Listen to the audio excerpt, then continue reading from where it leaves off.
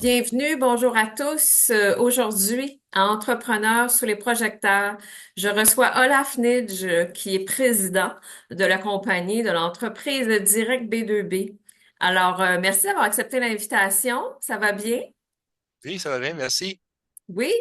J'aimerais que vous me parliez un petit peu de vous, de votre parcours, en fait, pour la fondation de l'entreprise Direct B2B et aussi de l'entreprise en tant que telle, pour que les gens puissent savoir un peu dans le domaine du marketing de quoi il s'agit. OK, ben, très bien. Donc, mon nom est Olaf Knigge. Je suis immigré au Québec de l'Allemagne il y a 25 ans, suite à ma maîtrise en économie politique, avec une année à Nottingham en Angleterre et un stage à la ONU à New York. Je suis arrivé ici sans permis de travail les premières années, donc je n'avais pas le droit de travailler, mais j'avais le droit de fondre une entreprise, ce que j'ai fait. Donc, mon entreprise, ça s'appelle aujourd'hui Direct B2B. Donc, ça fait 20 ans maintenant que nous sommes en affaires. Nous sommes une agence en développement proactif des affaires B2B. OK. Proactif, car suite à l'identification d'une cible, ensemble avec notre client, nous développons des stratégies pour approcher, intéresser et convertir les prospects en rendez-vous bien qualifiés. OK. Donc, notre service principal, c'est la prospection téléphonique, business to business, un service de haute qualité pour des entreprises B2B avec des ventes de 10 000 ou plus, et plus par client ou avec un bon potentiel de repeat business. Un autre service est notre programme Efficacité LinkedIn, dans lequel nous mettons en place une campagne automatisée pour approcher les prospects sur LinkedIn OK. avec une formation pour gérer soi-même cette campagne. Donc, c'est vraiment mise en place plus formation pour que notre client puisse gérer les campagnes soi-même. Et finalement, nous avons développé une expertise au niveau des agents intelligents artificiels pour les appels entrants, en anglais comme en français. Et nous planifions aussi sous peu d'offrir des agents pour les appels sortants. Et peut-être pour finir, mon entreprise a deux départements, un département anglophone à Toronto et un département francophone ici au Québec. Parfait, mon Dieu. J'imagine que vos activités vous gardent très occupés en 2024. Oui, Oui, sûrement. Avec l'enjeu économique, l'enjeu de l'arrivée justement de l'intelligence artificielle, de la main-d'œuvre qui est plus difficile à recruter à long terme, pouvez-vous nous en parler un petit peu? Est-ce que ça l'affecte votre entreprise? mais l'intelligence artificielle va affecter mon entreprise. Le fait OK. pas encore d'une façon négative, mais Mhm. si en anglais on dit embrace or die, ça veut dire tu veux l'appliquer, tu veux l'intégrer peu à peu dans ton entreprise, parce que si ta concurrence le fait, il devient beaucoup plus productif. À un moment donné, tu vas perdre des parts de marché et tu vas Mhm. plus survivre. Donc, au niveau du téléphone, ça commence maintenant. Donc, les agents en intelligence artificielle des voix, le voice AI, comme on nomme en anglais, Ouais. ils sont devenus tellement puissants dans le dernier 6 mois et ça va être la nouvelle tendance de 25, ça va être le voice AI. Donc, nous sommes une petite entreprise, donc on ne va pas inventer des technologies, mais on Ouais. va pouvoir appliquer ces technologies-là, on va expliquer des use cases à nos clients et on va pouvoir implanter des petites solutions pour commencer, parce qu'une fois que quelqu'un a implanté une petite solution, par la suite, il trouve ce fantastique, il veut avoir notre application, une autre application. Donc, Ouais. souvent, les erreurs que les entreprises y font, ils vous regardent trop gros. C'est beaucoup mieux de définir un mini-projet, le faire un succès et partir par la suite de notre projet après. Donc, il y a une Normalement, ça possibilité de fonctionne mieux. l'utiliser de façon positive, l'intelligence artificielle également Exactement. pour votre Exactement. entreprise. On essaie de se bâtir de nouveaux revenus, de nouveaux services avec ces nouvelles technologies-là. Et là, mon directeur à Toronto, il y a 20 ans moins que moi, il est très fort avec ça. Donc, on développe beaucoup l'anglais. Notre premier client, c'est Mhm. Niagara Transport System. Donc, c'est quand même un gros client pour les appels entrants. Il perd plus que 100 appels par jour, vu qu'il n'y avait pas assez de ressources pour répondre aux appels. Et maintenant, avec la solution en intelligence artificielle, ils sont capables à bien traiter ces appels-là. Donc, c'est très bien aussi de pouvoir diversifier ses produits et de travailler à toujours servir une plus grande clientèle, j'imagine. Qui se trouve à être vos clients principaux avec... Euh, disons, pour le développement d'affaires, c'est vraiment des PME, des moyennes grandes entreprises, où souvent, ils ont une petite équipe de vente où le président est encore une des principales personnes aux ventes. Ce qui regroupe ces entreprises-là qui n'ont pas assez de temps de faire la prospection externe OK. vers des personnes ou entreprises qui ne les connaissent pas encore. Souvent, l'équipe de vente, ils ont leur vendeur, ils font pas assez de prospection externe. C'est un métier en soi. Et pour ce, nous existons parce que c'est cette trou-là qu'on remplit et que souvent les entreprises ne font pas assez. Et un président, si on parle d'un président, il y a d'autres choses à faire qui fait sa propre prospection. Mhm. Donc, avoir des rendez-vous bien qualifiés, 2 à 3 par semaine, Mhm. pour bien faire son pitch de vente et par la suite faire le suivi de vente, il va être motivé, il va vouloir le OK. faire. C'est rendre là, c'est des experts comme nous qui est mieux positionnés pour le faire et on se présente comme son assistant en développement d'affaires. Donc, on fait vraiment partie de l'entreprise dans les yeux du prospect au moins.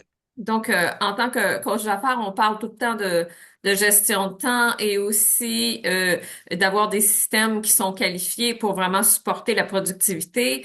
Ça vient directement aider les deux, si je comprends bien. Oui, exactement. Nous, on essaie de rendre le temps de notre président client plus efficace et comme ça, il va pouvoir mettre ses énergies à la bonne place. OK. Et dis-moi, qu'est-ce qui vous inspire encore en 2024 à poursuivre votre mandat et votre mission avec l'entreprise Direct B2B? Moi, j'adore être entrepreneur. Mon grand-père était cordonnier. Puis, en plus, quand j'ai réussi, je n'avais pas le choix de fonder une entreprise. La flexibilité qu'on a, on le Oui. voit, justement. On fait depuis 20 ans de la prospection téléphonique. Maintenant, l'intelligence artificielle est sortie. Donc, moi, comme entrepreneur, je peux dire, décider moi-même, aujourd'hui à demain, qu'est-ce que je veux faire? Wow, je Mhm. veux me bâtir un nouveau pied à terre avec l'intelligence artificielle.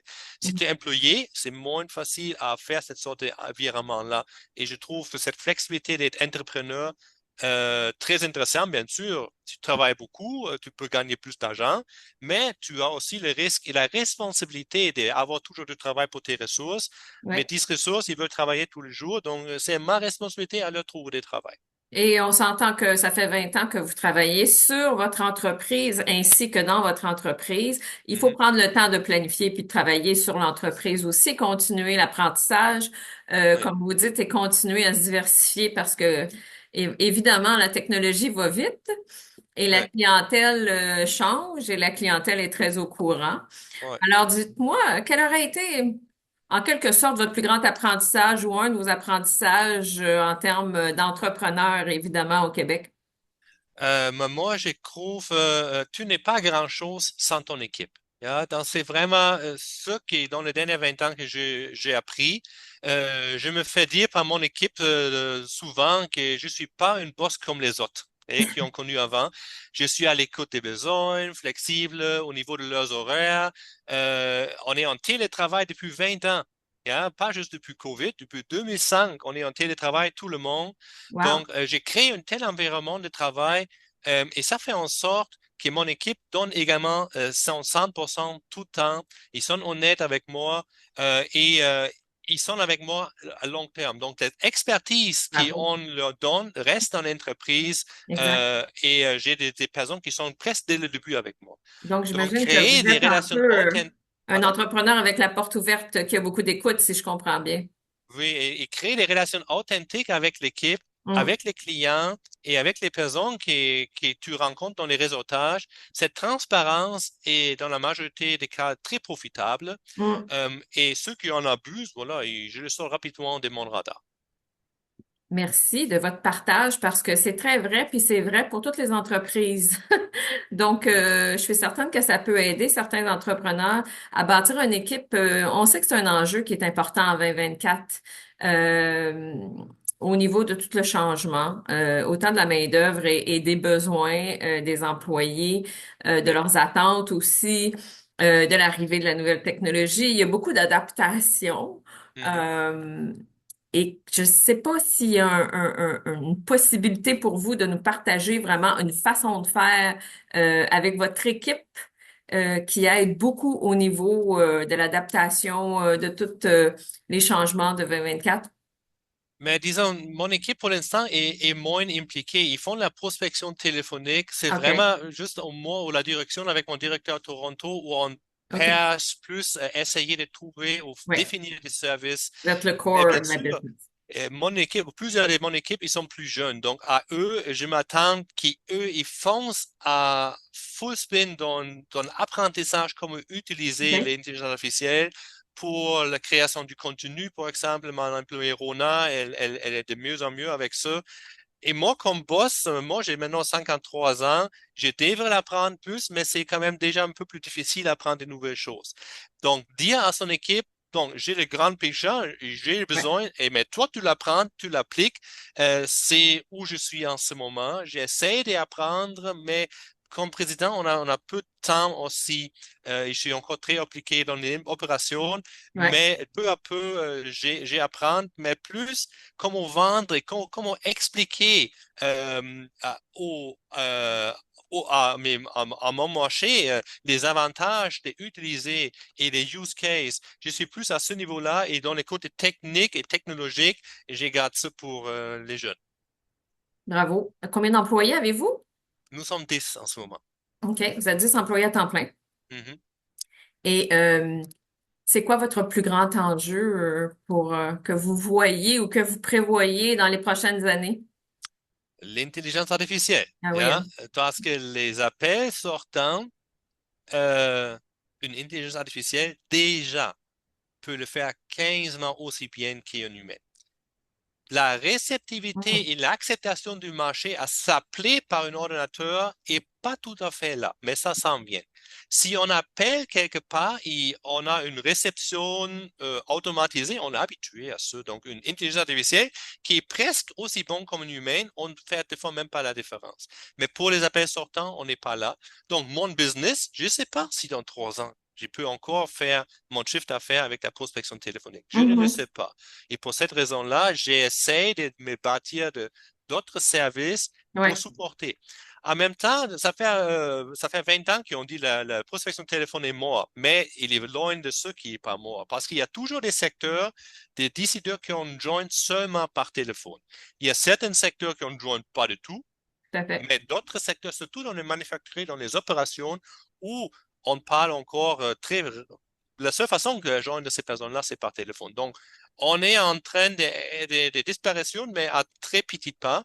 Et mon business roule aussi bien qu'il y a 10 ans avec la prospection téléphonique, mais mieux parce que on est mieux, mais aussi parce qu'on cible mieux maintenant notre clientèle Oui. cible où ça fonctionne encore. Effectivement. Puis je crois qu'il va toujours y avoir de la place pour la relation humaine et puis l'être Exactement. humain dans nos business. Il s'agit de très bien l'incorporer, comme vous dites, cette Mhm. intelligence artificielle et ça peut vraiment être un outil qui aide au niveau des entreprises. Euh, Maintenant, si vous aviez la possibilité de coacher un jeune entrepreneur ou une entreprise ou de leur dire peut-être une façon de faire que pour tout ce qui est en pleine évolution en ce moment, auriez-vous un petit conseil à donner aux jeunes entrepreneurs qui se lancent en affaires aujourd'hui en général? Euh, je dirais prendre de l'expertise à l'extérieur. Yeah? Donc, souvent, on a la tendance, surtout, on n'a pas beaucoup de sous au début, de Mm. vouloir tout faire. Mais on peut sauver beaucoup de temps si on s'est choisi les bons consultants, les bons conseils dans les réseautages, dans les groupes d'affaires, avec un coach de vente ou avec un coach comme tel. Ça n'a pas besoin d'être très, très, très cher. Mais des fois, des petits alignements assez Mm. tôt dans l'entreprise vont te sauver beaucoup de soucis. Yeah? Donc, concentre-toi sur l'expertise que tu as. Délègue ce que tu ne fais aussi pas si bien. Installe un bon système de contrôle de qualité et cherche un peu d'expertise à l'extérieur pour bien entourer ton entreprise et va dans la bonne direction assez dès le début. On fait toujours des erreurs, mais on évite Oui, beaucoup des pertes de temps avec une bonne expertise. Un exemple que je donne toujours avec ma formation LinkedIn, c'est quelque chose relativement simple. Tout le monde pourrait le faire. Tu mets 10 heures, tu détectes l'outil, etc.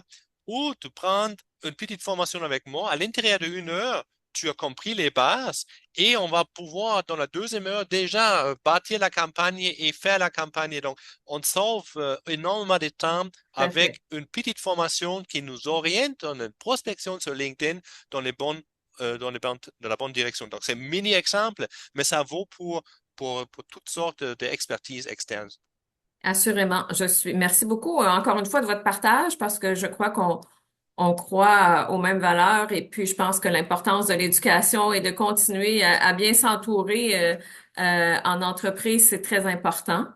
Y aurait-il une petite conclusion que vous aimeriez faire? Avez-vous un mantra, une citation, une phrase clé pour conclure sur votre Oui, entreprise oui. en général? Donc, ce que j'aime beaucoup, c'est la mantra tu récoltes ce que tu sèmes. Ça va dans toutes les directions, dans les relations humaines, avec ta blonde, comme en entreprise. Si tu as les bonnes intentions et si tu les communiques aussi, ça fait partie de la chose, ces bonnes Mm. intentions-là, les retours sur ces décisions-là que tu prennes, les bonnes comme les mauvaises, ça tarde des fois, mais ça vient toujours. Hein. Donc, On est moi j'aime d'accord. et moi j'aime dans mon business ce qu'on fait tous les jours, on sème, on fait la prospection de données, on Tout à sème fait. des potentiels. Tout le monde on est en rendez-vous, on sème pour notre client dans un rendez-vous. Et lui maintenant, il va récolter, il tente de récolter en contrat ce que nous on a Je sémé. sais Donc qu'il je trouve faut cette image-là très se forte. relever les manches et travailler fort, mais Ouais. c'est ça qui est semé aussi également. Mhm. Mhm. Et de bien Exactement. partager sa mission, ses valeurs. Merci beaucoup. Où peut-on vous rejoindre? Quel est votre site web? Quelle est votre adresse des réseaux sociaux? Mon nom, c'est très facile. Hein. Il y en a juste une, Olaf Knigge, au Québec au moins. Donc, on me trouve facilement sur LinkedIn. Dans tout Ça me le fait toujours Québec. grand plaisir à discuter sur LinkedIn. Sinon, mon entreprise, c'est Direct B2B. Donc, directb2b.ca, c'est notre site web.